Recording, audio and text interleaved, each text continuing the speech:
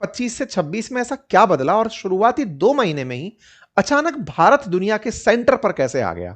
क्यों भारत को trusted partner कह करके सम्मानित दुनिया करने लगी? आज का सेशन एक विश्लेषण है। इस कुल मिलाकर भारत दुनिया के बीच में चर्चा का विषय बना हुआ है। पूरी तरह दुनिया में ट्रंप इफेक्ट कहिए या फिर दुनिया में हो रहे शांति के नाम पर मखौल कहिए, दुनिया को असली शांति और विश्वास भारत में नजर क्यों आ रहा है, आज हम इसके कारण का विश्लेषण करेंगे। उस पॉइंट को पकड़ेंगे कि भारत असल में इन सब के बीच उम्मीद की किरण कैसे लेकर बैठा है। भारत ने दुनिया के इस दौर में ऐसी कौन सी पंक्ति पकड़ ली जिसके चलते फिर एक बार, जैसे रशिया यूक्रेन युद्ध के समय भारत का स्टैंड था डिप्लोमेसी डायलॉग पीस, कि हम लोग शांति के लिए डायलॉग और वार्ता को और कूटनीति को स्थापित करना चाहते हैं।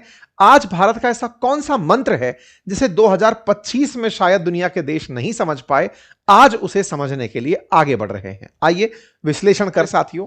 वर्ष 2025 सभी ने बहुत अच्छे से सेलिब्रेट किया, कई मायनों में खास था। भारत के साथ भी खास था, दुनिया के साथ भी खास था। दुनिया के लिए तो खास इसलिए था क्योंकि ट्रंप नामक एक बीमारी उस समय पर बहुत जोरी से फैल रही थी।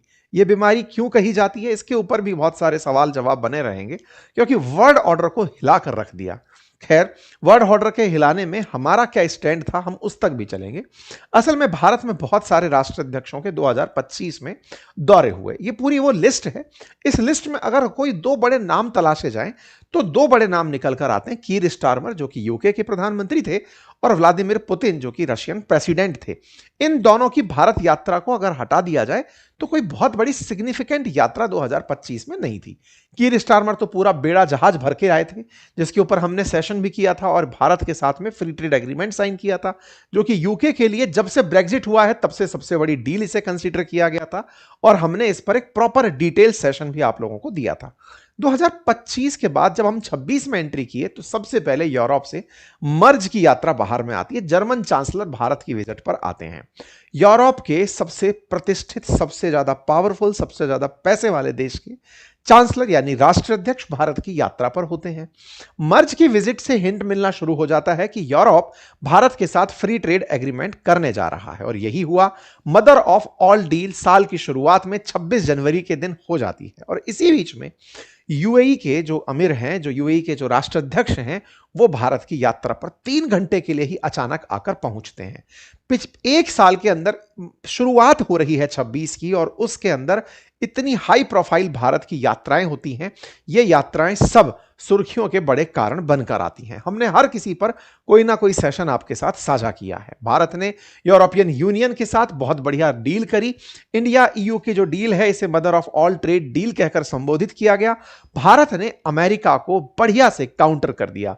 इतना अल्टीमेट काउंटर था कि अमेरिका इसके तुरंत बाद छटपटाहट में भारत के साथ ट्रेड डील करने निकल पड़ा। भारत और ईयू की ट्रेड डील जो लंबे समय से इंतजार में थी, उसके हो जाने के बाद 2 डेकेड से अधिक नेगोशिएशन जिसके चले, लेकिन फाइनली भारत ने इसे उस दौर में कर दिया जब इंडिया अमेरिका की ट्रेड डील होनी थी, लेकिन हम ईयू से करके उसे बाईपास कर गए और अमेरिका के साथ किनारा कर गए। 2026 के दूसरे महीने में आप एंट्री करते हैं और उस समय भारत एआई इंपैक्ट समिट का आयोजन कर देता है। दुनिया के 193 जो यूएन के देश हैं उनमें से चौथा देश भारत था जिसने एआई पर इतनी बड़ी मीटिंग बुलाई थी। संख्या के हिसाब से दुनिया का सबसे बड़ा देश भारत था जिसमें इतने पार्टिसिपेंट्स आकर के पहुंचे थे। विकासशील देशों में भारत पहला देश था जिसने आर्टिफिशियल इंटेलिजेंस पर चर्चा के लिए दुनिया भर के राष्ट्राध्यक्षों, सीईओज, टेक दिग्गज, तमाम कंपनियों को भारत में इनवाइट कर लिया। आज उसी का परिणाम है कि आर्टिफिशियल इंटेलिजेंस पर पूरी दुनिया में भारत की चर्चा है और भारत में दुनिया भर के टेक की चर्चा है कि अल्टीमेटली एआई कर क्या रहा है। एक बहुत बड़ा एआई में भारत ने लोगों को इग्नाइट करने का काम किया। लोग इस विषय के बाद में चर्चा करना शुरू हो गए कि यार अल्टीमेटली एआई पर विमर्श करना तो बनता है। पहला देश भारत बनकर आया विकासशील देशों में जिसने इस तरह की बड़ी मीटिंग होस्ट की। ठीक है साहब, इसी मीटिंग के अंदर बहुत सारे राष्ट्राध्यक्ष भारत में पहुंचे। एक एक कर करके अगर आप देखना करें तो स्पेन के राष्ट्राध्यक्ष भारत के अंदर यात्रा पर थे, इसी प्रकार से फिनलैंड के राष्ट्राध्यक्ष भारत में थे, सर्बिया के राष्ट्राध्यक्ष भारत आए, कजाकिस्तान के राष्ट्राध्यक्ष भारत में पहुंचे, तमाम दुनिया भर के जो राष्ट्राध्यक्ष हैं वो भारत की यात्रा पर थे। इन तमाम के साथ भारत के प्रधानमंत्री की तस्वीर, भूटान, श्रीलंका, है ना, ये तमाम Swiss federal confederation, Abu Dhabi, तमाम नेता भारत की यात्रा पर आए और भारत के इस ग्लोबल इवेंट में शरीक हुए कि इंडिया कुछ तो कर रहा है, दुनिया को बताने के लिए कि एआई का इंपैक्ट क्या है। ग्लोबली भारत ने अपनी प्रेजेंस दुनिया को बताई। इसमें बहुत पावरफुल राष्ट्राध्यक्षों में फ्रांसीसी राष्ट्रपति का नाम लिया जाना जरूरी होगा, क्योंकि उनकी यात्रा भारत के लिए बहुत मायने रखती है। इन सभी का जोड़ यह है कि भारत ने साल 2026 की शुरुआत में ही इतने सारे विदेशी मेहमानों को देख लिया जो 25 के कुल योग से ऊपर निकल जाता है। और तो और भारत के प्रधानमंत्री की भी विदेश यात्राएं बनी रही, और आज जब उनकी इजराइल यात्रा हो रही है और 2 दिन बाद कनाडा के पीएम की भारत यात्रा हो रही है, यह बताती है कि साल की शुरुआत बहुत धमाकेदार है। कनाडा के पीएम भारत की यात्रा पर हैं। अगर आप मेजरली इस सब चीज को देखें तो 2 बड़े पॉइंट कंक्लूड कर पाएंगे, या तो यूरोपियंस लीडर भर भर के भारत में आ रहे हैं, या रूस के जो सहयोगी हैं, जो रूस के साथ कभी हुआ करते थे, वो भारत की यात्रा पर आ रहे हैं। ऐसे में भारत दोनों धड़ों के लिए कैसे कीमती बन गया, ये अपने आप में समझने वाला सवाल है। कनाडा, जो कि पिछली बार जब ट्रूडो का शासन था उधर बाइडेन थे, तब भारत को ग्लोबली उसने इंसल्ट कराने के तमाम प्रयास किए। खालिस्तानियों को बचाने का ट्रूडो का जो प्रयास था वो असल में खुद के ईगो के लिए था। जब से ट्रूडो गए हैं, भारत कनाडा के बीच की जैसे रार ही समाप्त हो गई हो, विमर्श ही खत्म हो गया हो। लेकिन अब कार्नी जब भारत यात्रा पर आ रहे हैं ट्रूडो के बाद, तो निश्चित ही भारत और कनाडा के संबंध सुधरेंगे, इसकी सारी उम्मीदें अब की जा रही हैं। और यह बड़ी बात है कि कनाडा के प्रधानमंत्री के भारत आने से पहले ही जो तहव्वुर राणा का नाम का जो आतंकी था, उसकी कनाडा ने सिटीजनशिप रिवोक कर दी है, ताकि भारत को लगे कि वो आतंक के खिलाफ भारत के साथ खड़ा है। बड़ा सवाल है, भारत ऐसा क्या इन लोगों को संदेश दे गया?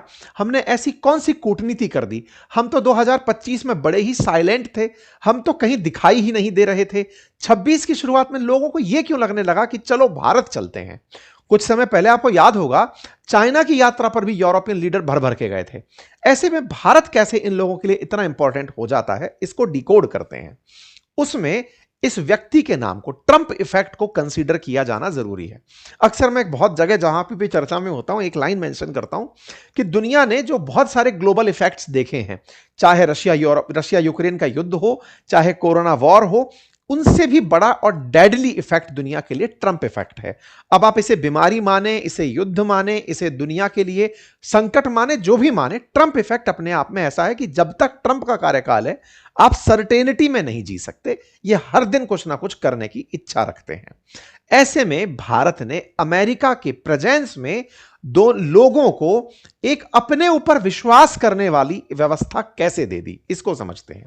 आप सभी को याद होगा कि ट्रंप जब राष्ट्रपति का इलेक्शन लड़ रहे थे, उस समय दुनिया में इनको लेकर अलग अलग तरह के विचार थे। कुछ का मानना था, कुछ देशों को इनको लेकर के बड़ी चिंताएं थी, बहुत एंशियस थे, कुछ लोग इनके सपोर्ट में थे। बहुत सारे देश ऐसे थे जो ये मानते थे कि नेशनलिस्ट आदमी हो तो ट्रंप जैसा, तो इनको लेकर के दुनिया बटी हुई थी कि जब ये आएंगे तो क्या होगा। खैर, ये आए और दुनिया में तमाम प्रकार की चीजें निकल कर आई।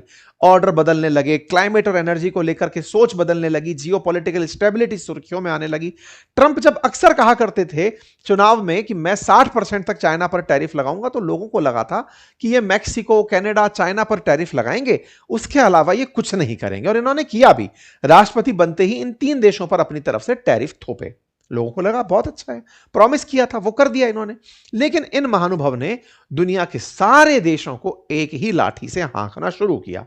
शुरुआत में इन्होंने 3 बड़े देशों के साथ जो किया, वो जब वर्ल्ड की हर देश के साथ करना शुरू किया, तो यह समझ में आया कि अमेरिका की असल नीति व्यापार करना नहीं है, वो दुनिया पर राज करना चाहती है। ट्रंप के अंदर एक अधिनायकवाद निकल कर आया। ट्रंप के अंदर पुराने समय का, जैसे ब्रिटेन था जो दुनिया पर कंट्रोल करता था, 130 देशों पर शासन था, ट्रंप के अंदर वो चेहरा दिखाई दिया। और हाल ही में मार्को रूबियो के बयान हो, चाहे जेडी वेंस के बयान हो, उनसे ये प्रतीत भी होता है कि अमेरिका चाहता है कि दुनिया में वो वापस से स्थिति बनकर आए जो उपनिवेशवाद के दौर में थी। दुनिया के अंदर गुलामियां हो और दुनिया में कुछ राष्ट्रों के पास सारी ताकत हो। इन्होंने अपनी शक्ति का भरपूर दोहन किया, और उस भरपूर दोहन में इन्होंने भारत के प्रधानमंत्री की लोकप्रियता को चैलेंज करके अपने नाम को चमकाया। आप सभी को बहुत अच्छे से ध्यान होगा, जैसे ही ये राष्ट्रपति बने दुनिया के बहुत से लीडर्स इनसे मिलने पहुंचे। उनमें से भारत के प्रधानमंत्री भी थे जो ट्रंप से मिलने पहुंचे। फरवरी की मुलाकात थी, 1 साल अभी बीता है। ट्रंप ने उनके मिलते समय ही भारत पर टैरिफ का अनाउंसमेंट कर दिया था। भारत को यह बड़ा झटका था। भारत अपेक्षा करता था कि ट्रंप उनके मित्र पुराने जमाने के हैं, इस बार भी वो वैसे ही रहेंगे, लेकिन वो ऐसे नहीं रहे। ट्रंप यही नहीं रुके, भारत पर ना केवल टैरिफ अनाउंस किया बल्कि ऑपरेशन सिंदूर में, जिसमें भारत ने पाकिस्तान को धूल चटा दी, उस ऑपरेशन सिंदूर में भी वो पाकिस्तान के पक्ष में जाकर खड़ा हो गया और एक फेक नैरेटिव चलाने लगा।